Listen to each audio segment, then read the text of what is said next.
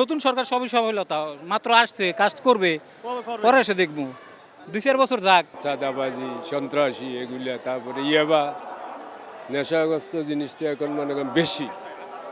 সব জায়গায় ওইটার কারণে আসলে বেশিরভাগ দেশে অঘটন ঘটতেছে। আমার তো মনে হয় ভালো করছে, তবে রাস্তাঘাট এবং দেশের উন্নয়ন, স্কুল, মাদ্রাসা, কলেজ এবং হাসপাতালগুলো উন্নয়ন করলে জনগণ ভালো হবে। আগে দেশের এই চাঁদাবাজি আর হইলো এই সন্ত্রাসী বন্ধ করতে হবে আগে।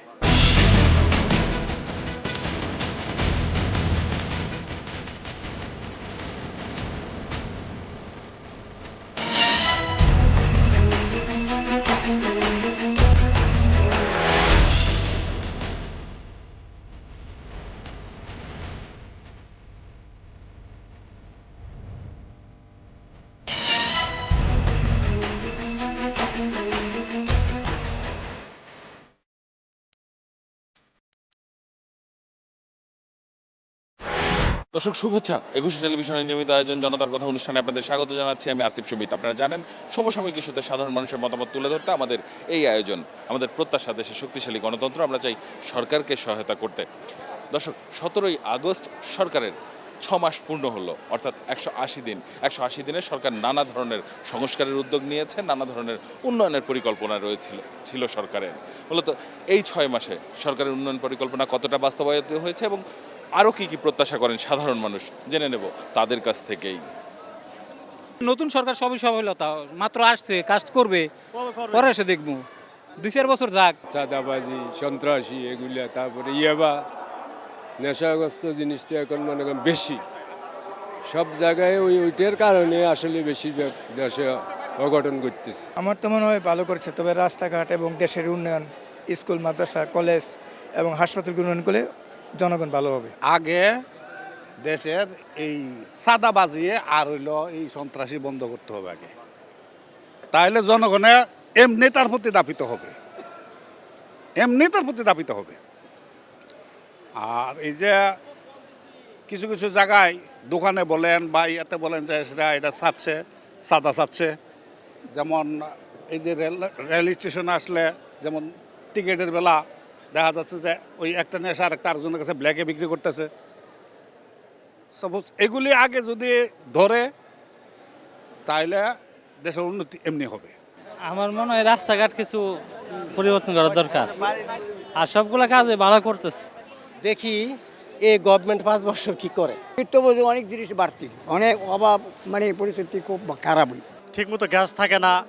বিদ্যুৎ এবং গ্যাস এই দুইটা মোস্ট ইম্পর্টেন্ট, এই দুইটাতে দুর্বলতা বেশি, আর বাকিগুলা মোটামুটি হচ্ছে। চাঁদাবাজি বা এই দুষ্কৃতি কাজগুলি মানে না থাকলেই তো আমনের প্রতি আমরা রাজি খুশি বা সকলেই তো রাজি খুশি। চাঁদাবাজি সব কিছুর তো সমস্যা দেখা যাচ্ছে মানুষের, তো এগুলাকে বন্ধ করতে হবে সরকারের। বিদ্যুৎ গ্যাস এইগুলো তো মনে করেন বর্তমানে যে সংকট, এটা বোঝাবার মতো না। জিনিসপত্র যেমন তো সীমিতর বাইরে চলছে, অনেক নিয়ন্ত্রণে নাই তো কোনো। তুই মোটামুটি উন্নয়ন দেখা যায় অনেকটাই।